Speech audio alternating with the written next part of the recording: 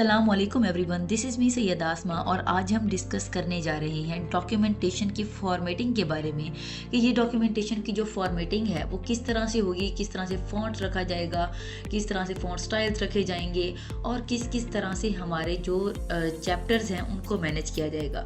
इससे पहले मैंने एक वीडियो बनाई थी जिसमें हमने प्रॉपर प्रपोजल बनाना सीखा था और उसका जो स्टार्टअप पेज था वो भी हमने डिस्कस किया था। आज हम चलें डिस्कस करते हैं कि हमारा जो एक प्रोजेक्ट का प्रॉपर प्रोजेक्ट का फॉर्मेट है वो कैसे स्टार्ट होगा। जैसे कि यहाँ पर आपको एक फॉर्मेट फॉर प्रोजेक्ट नज़र आ रहा है फाइनल ईयर प्रोजेक्ट रिपोर्ट के बारे में। तो यहाँ पर जो हमारे पास जो फर्स्ट हमारे पास प्रायोरिटी है, द प्रीलिमिनरी पेजेस में appear in order given below.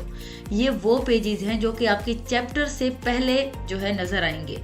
सबसे पहले आपका टाइटल पेज है, ठीक है। टाइटल पेज वही पेज जो कि प्रीवियस वीडियो में मैंने ऑलरेडी बता दिया है कि जो जहाँ पर आपने अपना जो लोगो लगाना था, अपना नेम लिखना था, अपने डिपार्टमेंट का नेम, सेशन और अपने जो है कॉलेज का नेम लिखना था, यूनिवर्सिटी का नेम भी साथ में मेंशन करना था। उसके बाद सेकंड पेज है हमारे पास अप्रूवल पेज, ओके, कि आपने अप्रूवल पेज को किस तरह से लिखना है वो भी यहाँ पर आपको ऑलरेडी बता दिया गया है। यहाँ पर आ जाएं आप। और ये हमारे पास फर्स्ट है जो प्रोजेक्ट रिपोर्ट पेज, ये आपने ऑलरेडी बनाना सीख लिया है। उसके बाद ये है आपके सामने अप्रूवल पेज, ठीक है। अप्रूवल पेज अब क्या होता है? अप्रूवल पेज ये वो पेज है जहाँ पर आपकी डॉक्यूमेंटेशन के सिग्नेचर होने हैं, जहाँ पर आपके सुपरवाइजर के, आपके एक्सटर्नल के सिग्नेचर होने वाले हैं, ठीक है। तो ये हमारे पास सबसे पहले यहाँ पर आप अपना जो है स्टूडेंट नेम लिखेंगे और अपनी यूनिवर्सिटी का नेम लिखेंगे और इस तरह से जो है फर्दर चीज़ें आप एडिट करते जाएंगे। अपने डिपार्टमेंट का नेम यहाँ पर लिखेंगे और यहाँ पर आप अपने एक्सटर्नल का नेम लिखेंगे। एक्सटर्नल एग्जामिनर जो है वो आपका कौन सा है, क्योंकि आपके सर यासिर भुट्टा साहब हैं तो आप उनका नाम लिखेंगे, उनका डेजिग्नेशन यानी कि वो कौन से वाले स्केल पर हैं, या प्रोफेसर हैं, असिस्टेंट प्रोफेसर हैं, लेक्चरर हैं, या जो भी। ऑर्गेनाइजेशन में आप लिखेंगे यूनिवर्सिटी का नेम, अपनी यूनिवर्सिटी का नेम लिखेंगे या अपने कॉलेज का नेम लिखेंगे अगर आप एफिलिएटेड है, ठीक है।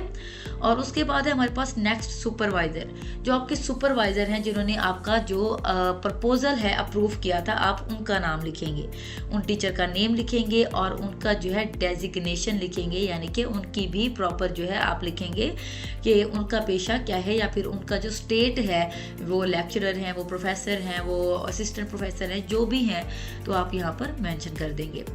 उसके बाद थर्ड स्टेप पे हमारे पास HOD है, हमारे हेड ऑफ डिपार्टमेंट, आप उनका नाम लिखेंगे। जैसे आपके head of department doctor Tariq Aziz साहब हैं तो आप उनका नाम लिखेंगे यहाँ पर जो है। उसके बाद उनकी डेजिग्नेशन लिख देंगे कि उनकी डेजिग्नेशन क्या है, वो प्रोफेसर हैं, असिस्टेंट प्रोफेसर हैं या फिर लेक्चरर हैं, ठीक है।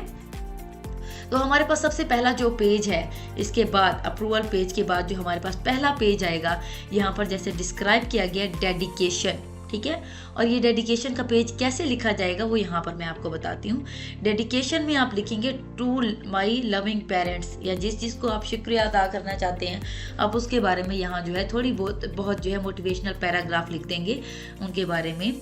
और उसके बाद नेक्स्ट है आपके पास, यहाँ से देखते जाएं, एक्नॉलेजमेंट, ठीक है। सबसे पहले टाइटल पेज, उसके बाद अप्रूवल पेज, उसके बाद डेडिकेशन और फिर एक्नॉलेजमेंट। एक्नॉलेजमेंट में आप लिखेंगे कि आपके सुपरवाइजर ने आपको कितना हेल्प किया और प्रोजेक्ट में जो जितने लोगों ने आपको सपोर्ट किया उन सबको जो है यहाँ पर उनकी मतलब एक तारीफ में एक पैराग्राफ लिखेंगे।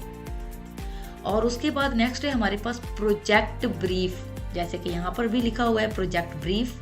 तो चल के यहाँ पर देखते हैं कि प्रोजेक्ट ब्रीफ में क्या होगा। आपके प्रोजेक्ट का नेम होगा, आपकी ऑर्गेनाइजेशन का नेम होगा, ठीक है, मतलब आपकी जो यूनिवर्सिटी है या जो भी है, अंडरटेकन बाय स्टूडेंट का नेम होगा, सुपरवाइजर का नेम लिखेंगे, यहाँ पर स्टार्टिंग डेट लिखेंगे अपने प्रोजेक्ट की, देन आपने जो है कंप्लीशन डेट लिखेंगे और उसके बाद जो है ऑपरेटिंग सिस्टम के बारे में आप बताएंगे कि कौन कौन सा ऑपरेटिंग सिस्टम आप यूज़ कर रही हैं, कंप्यूटर यूज, कौन सा कंप्यूटर यूज़ किया है। ऐसा कीजिएगा कि यहाँ पे कंप्यूटर में जाकर या लैपटॉप में यहाँ पर अबाउट लिख दीजिएगा, अबाउट योर पीसी यहाँ पे आ जाएगा, उसको कर लेंगे आप कॉपी और वही स्पेसिफिकेशंस यहाँ से कॉपी कर लीजिएगा और यही स्पेसिफिकेशन जो है वो यहाँ पर आके पेस्ट कर देंगे आप लोग, जो कि यहाँ पर इन्होंने की हुई हैं। ठीक है। उसके बाद ऑपरेटिंग सिस्टम कौन सा यूज़ किया, MS word, MS Windows, x, Linux, Unix, जो भी आपने यूज़ किया, क्योंकि मोस्टली स्टूडेंट्स जो है वो विंडोज़ यूज़ करते हैं, तो आप भी विंडोज़ को ही मेंशन करेंगे। उसके बाद हमारे पास सोर्स लैंग्वेजेस, ये कौन कौन सी लैंग्वेज में आपने अपना प्रोजेक्ट बनाया है। जावा में बनाया है, HTML है, CSS है, PHP है, तो हम उन तमाम लैंग्वेजेस के नेम लिख देंगे। DBMS कौन सा यूज़ किया, DBMS का मतलब होता है डेटाबेस मैनेजमेंट सिस्टम। आपने MySQL यूज़ किया है, उसके बाद सर्वर कौन सा यूज़ किया है, वो सारी चीज़ें यहाँ पे मेंशन करेंगे।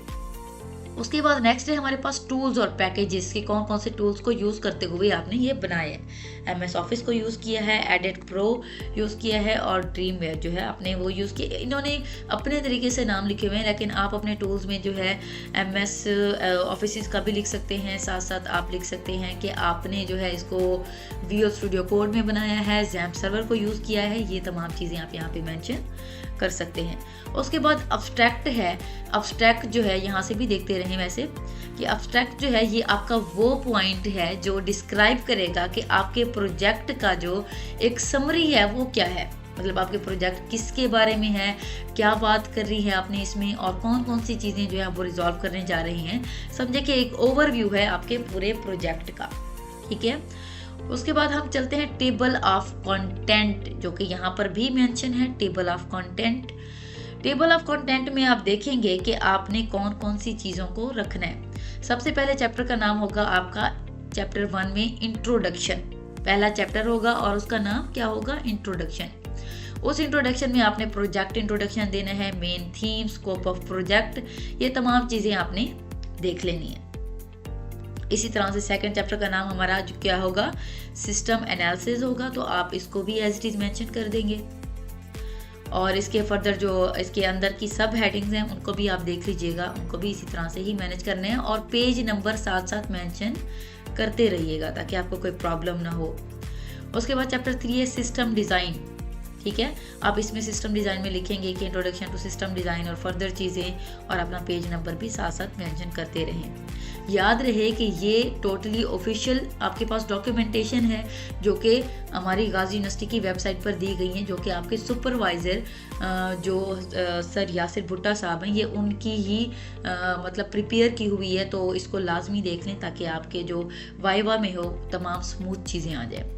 उसके बाद चैप्टर 4 है सिस्टम डेवलपमेंट, और इसकी भी फर्दर हेडिंग्स देख लीजिएगा। चैप्टर 5 होगा आपका यूजर्स गाइड, इसको भी आप प्रॉपर देख लें। और लास्ट होगा द वेरी लास्ट आपका कंक्लूजन होगा, जिसमें आप अपने प्रोजेक्ट की जो है एक कंक्लूजन लिखते हैं, नताइज लिखते हैं और उसकी जो है रेफरेंसेस भी लिखते हैं कि आपने इसको कहाँ से देखा।